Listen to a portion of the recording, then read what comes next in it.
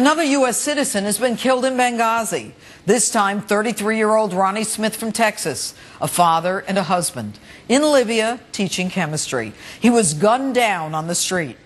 Earlier, I spoke with New York Congressman Peter King about the death of this U.S. citizen this week and the latest on the investigation into that Benghazi massacre last year. Congressman, thanks for being with us. Can you tell us what we've learned well over a year later into what happened that night? Yeah, without going into all the details of what was given behind closed doors, the reality is that everything we've learned about Benghazi since September 11th, 2012 shows that the administration did not tell the truth, I believe intentionally misled the American people from the start. What we can say is that this was never a demonstration involving a video. This was a coordinated terrorist attack led by Ansar al-Sharia, which is a al-Qaeda offshoot in the Benghazi area of Libya. There were very sophisticated military tactics used, including mortars, which were used with professional ability. This was first-rate. Unfortunately, this was first-rate mortar ability, where al-Qaeda had been carrying out attacks over the summer. And Ambassador Stevens went into that area with minimal security. The attack was carried out. It continues to be carried out. There's also no justification yet given why military assets were not closer by, why we didn't make precautions. Let me ask you this, Congressman. Now, another congressman has indicated that this information is being gotten from CIA contractors who were on the scene. So now there is no question that the story of the spontaneous demonstration based on this video that nobody ever saw was a complete falsehood.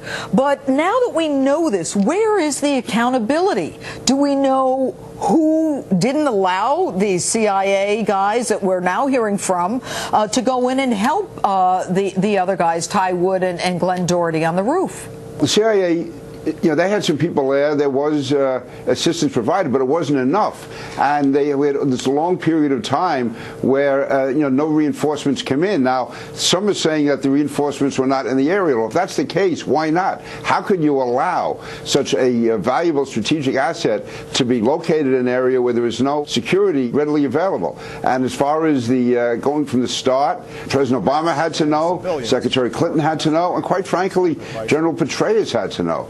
And yet he also was going along with the story at the beginning that this was a spontaneous demonstration when they were watching it live and they knew the level of sophistication that was carried out. Everyone in this area got danger pay because it was considered a danger zone.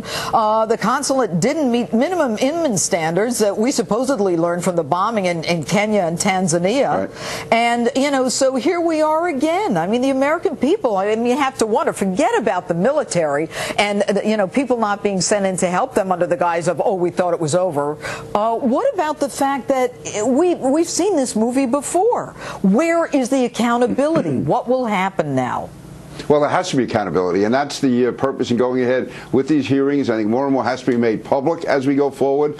We lost American lives. We had 4 Americans killed that day, an attack that should not have happened. If it did happen, it should have been stopped. If it wasn't stopped immediately, there should have been reinforcements there. There should have been more security. We just had an American teacher killed not far from the consulate. What do we know about this? Has Al-Qaeda, has anyone taken credit for this? And what does this say about the protection and security of Americans in Libya? There's not enough protection and security. I mean, Adam Gaddan, who is the American trader who's working for Al-Qaeda, he put out a message in Arabic, by the way, calling for the killings of Americans in Libya. But also, the other day, Jay Carney at the press conference said that the administration is demanding or asking the Libyan government to look into this. First of all, I think the FBI should be involved. And secondly, there is no Libyan government. As a practical matter, there is no Libyan security system. So why we continue this hoax that somehow the Libyan government is going to be able to find out what happened here? This, to me, is an operation When you think about it, Congressman, I don't mean to interrupt you, but I mean, it took the FBI 3 weeks to get there when we supposedly had a great relationship with the Libyan government. So, maybe Jay Carney is saying that because he's saying we're not going to get there anyway, so let's just say let that government, whatever it is, however many militias it's made of, handle it. Anyway, Congressman King, thanks so much for being with us. Janine, thank you. I really appreciate it. Thank you. And coming up, the surviving Boston bomber moaning about too strict prison conditions. Wait till you hear what I have to say to him. And this is your last chance to vote in tonight's Insta poll. The president says Obamacare is fixed. Can we believe him? Facebook or tweet me at Judge Janine. We're going to read your answers after the break. So friends with the